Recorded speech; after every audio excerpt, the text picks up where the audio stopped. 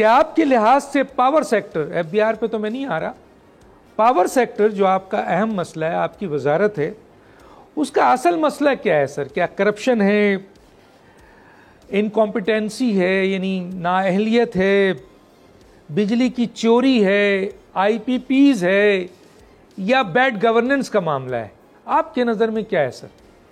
तीन चार multiple issues हैं डॉक्टर साहब। हमने इस मिनिस्ट्री में आके तकरीबन 3-4 महीने पहले वज़ीर आज़म साहब की क़यादत में तकरीबन कोई 18 से 20 मेजर फॉल्ट लाइंस और ख़राबियाँ इस पूरे पावर सेक्टर की आइडेंटिफाई की थी, जिसके बेसिस के ऊपर हमने उन 18 से 20 गलतियों की इस्लाहात करके पावर सेक्टर रिफॉर्म्स के नाम से एक प्रोग्राम शुरू किया हुआ है, जो अपनी फुल स्पीड से माशाल्लाह रवा दवा है।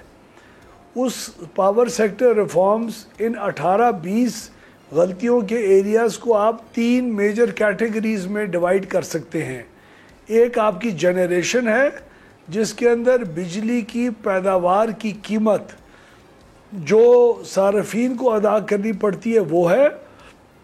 दूसरा आपकी तरसीली निज़ाम है, नेशनल ट्रांसमिशन का सिस्टम, जिसकी अंदर खामियों की वजह से सस्ती बिजली लोड सेंटर्स तक नहीं पहुंच सकती और हमें तकरीबन सालाना 7 से 800 अरब रुपए का उसका नहीं 70 से 100 अरब रुपए का सालाना उस तरसीली निज़ाम का सही ना होने की वजह से नुकसान होता है।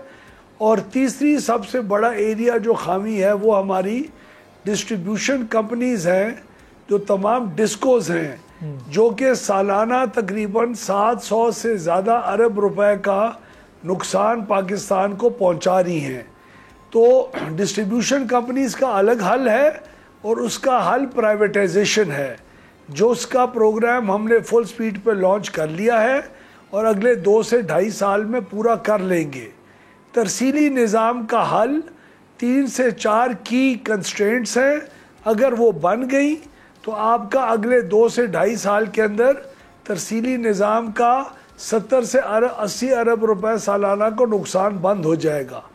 और जनरेशन कंपनीज़ हैं जिनकी IPPs और मुख्तलिफ हुकूमत के जो प्लांट्स हैं जो बिजली बना रहे हैं, उनको दोबारा असेस करके, उनको रीविज़िट करके, जिनको बंद करना है बंद करके, जिनको किसी और बगैर लगाना है वो करके, जिनको बाहमी मुशावरत से अग्रीमेंट्स ठीक करनी है वो करके, और हम बचत करके अपने पाकिस्तान में इस बिजली की कीमत को बेहतर कर सकते हैं और अपने सार्फिन को फ़ायदा पहुंचा सकते हैं।